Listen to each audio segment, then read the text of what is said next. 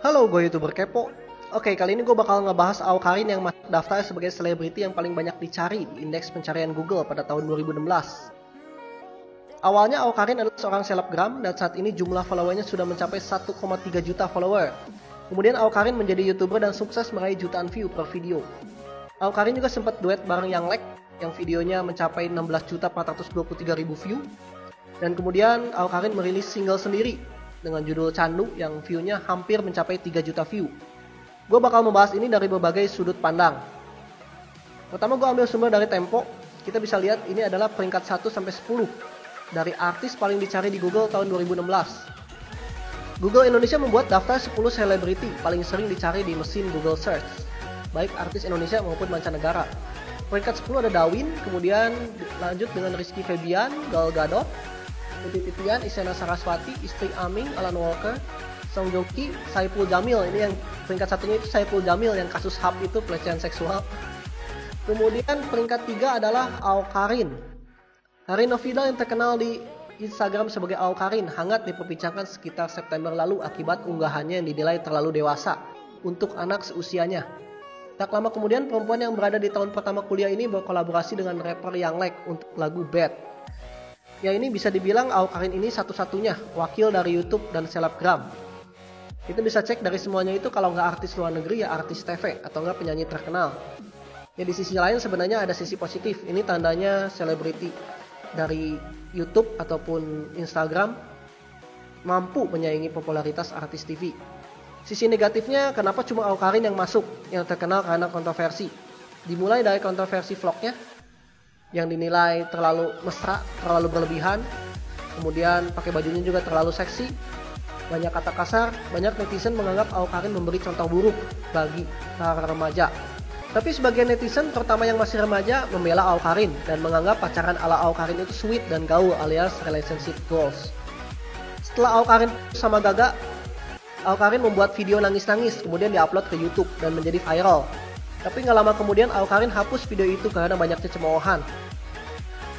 Kemudian Awkarin nyanyi lagu Bad dengan Yang Lek yang liriknya penuh pembelaan menjadi seorang bad girl alias gadis nakal. Kalian semua suci, aku penuh dosa. Dan lagi-lagi dianggap memberi pengaruh buruk bagi generasi muda.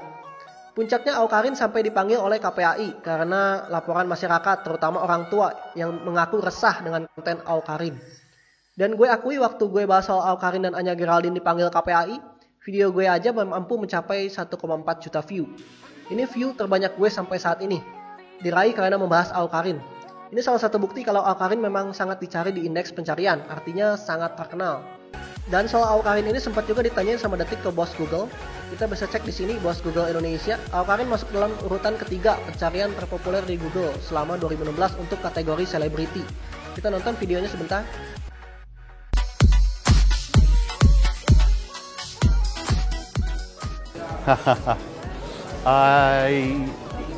Let me have a think about it. Yes, I do. Yes, I do. And from what I understand, she's not famous for being an actor or an actress or anything like that. There's not a specific talent that she's known for. Is this true? Yeah. Yeah, so that's what I know so far.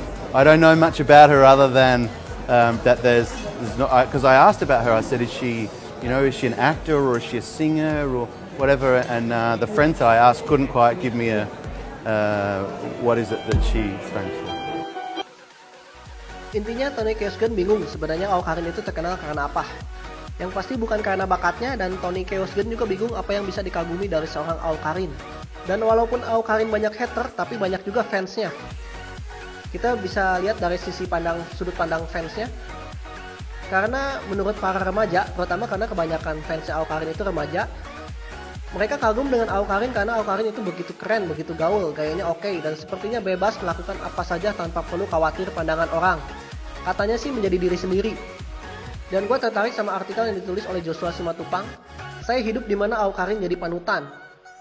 Saya hidup di mana Awkarin menjadi pujaan. Entah saya demikian bingung dan kecewa setelah saya tahu SMA Negeri 10 Bekasi mengundang Awkarin dalam sebuah pentas seni. Awkarin mendapat label artis yang dipuja remaja masa kini. Secara tidak langsung kita harus sadar, Awkarin yang kini diangkat menjadi tokoh mampu menciptakan Awkarin lainnya. Sisi kehidupan gaul Awkarin mampu mencuci otak remaja yang begitu apatis pada gaya. Dan Awkarin seperti kalian tahu sudah punya pacar. CEO Takis alias bosnya sendiri yang bernama Oka Mahendra. Oka bilang menjadi pacar Awkarin itu lumayan mengganggu privasi dia. Karena Oka seorang bisnismen, dia hanya ingin kaya raya, nggak mau jadi terkenal. Kita bisa cek postingannya di sini. Gue nggak mau jadi terkenal, gue cuma mau jadi kaya. Oke, itu gue ambil dari Vice. Diwawancara oleh Vice, Oka Mahendra. Dan bagaimana sebenarnya bisnis Takis itu? Kita bisa lihat di sini. Ini adalah masa di mana selfie di kamar mandi bisa mendapatkan 80.000 like di Instagram. Masa di mana foto Karin menggunakan kacamata di hadapan foto sandwich raksasa bisa mendapatkan 500 komentar. Begitulah contoh pekerjaan Takis dan Karin sehari-hari. Membuat iklan sedemikian rupa agar kelihatannya tak difilter. Lalu penggemar Karin akan berbondong-bondong berkomentar, cantik kak? Dan Karin bertemu Oka karena Yang Lek. Jadi Yang Lek melihat banyak potensi dalam Awkarin, perempuan muda yang saat itu baru saja jadi topik hangat di media sosial. Saat itu banyak orang mencari tahu tentang masa lalu Karin. Mereka menemukan foto-foto Karin saat itu baru berumur 18 tahun bukan di bar dan klub di bilangan Jakarta. Tentu saja tindak tanduk Karin menyulut persoalan. Yang Lek lalu meminta bantuan Oka memperbaiki citra Awkarin. Jadi Yang Lek yang meminta Oka untuk mendampingi Awkarin lah bisa dibilang, atau memperbaiki citra Awkarin. Tugas pertama gue di Takis itu ya benerin hidup Karin, kata Oka. Lingkungan dia toksik banget, hidupnya lumayan hancur. Bayangin aja anak seumur dia dengan penghasilan sebanyak itu tapi nggak punya manajer, hidup sendirian pula, bisa aja dia mati. Menurut Oka, Karin bukan hanya di sosial media saja tapi juga masuk ke bidang lain yaitu musik. Menurut Oka, hip hop nggak pernah jadi budaya di sini, nggak kayak dangdut. Di sini hip hop nggak diterima sebaik di US, mungkin kedengarannya gila, tapi ini jalan buat hip hop biar bisa diterima di media mainstream dengan Awkarin, kata Oka. Karin tuh orang pertama yang punya views sebanyak itu di YouTube. Faktanya nih, walaupun Iwake, Saikoji, dan semua orang bikin lagu bareng-bareng, mereka masih nggak akan nyampe angka segitu. Tapi ya ini bukan cuma persoalan jumlah view, ini soal perhatian orang-orang buat hip hop Indonesia, dan ini hal yang bagus. Ini adalah pendapat Oka tentang hip hop dan Awkarin. Dan Oka ingin pensiun di umur 25 tahun dan masuk majalah Forbes. Ini luar biasa sih, biasanya orang pensiun kan di umur yang sudah tua, ini di umur muda udah mau pensiun. 25 tahun kan biasanya orang masih getol-getolnya kerja ya, atau malahan baru mulai semangat untuk kerja.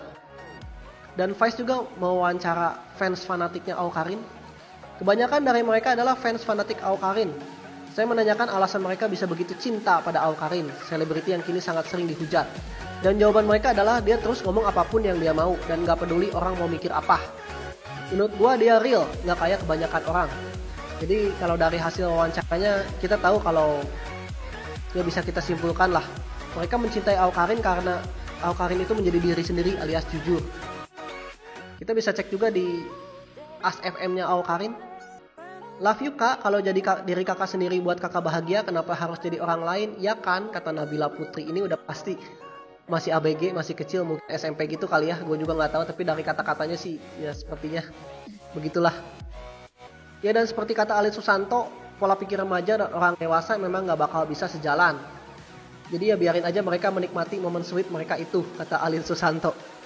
Ya bisa kita simpulkan kalau anak remaja yang ngefans sama Awkarin itu suka karena sikap semau gue-nya Awkarin.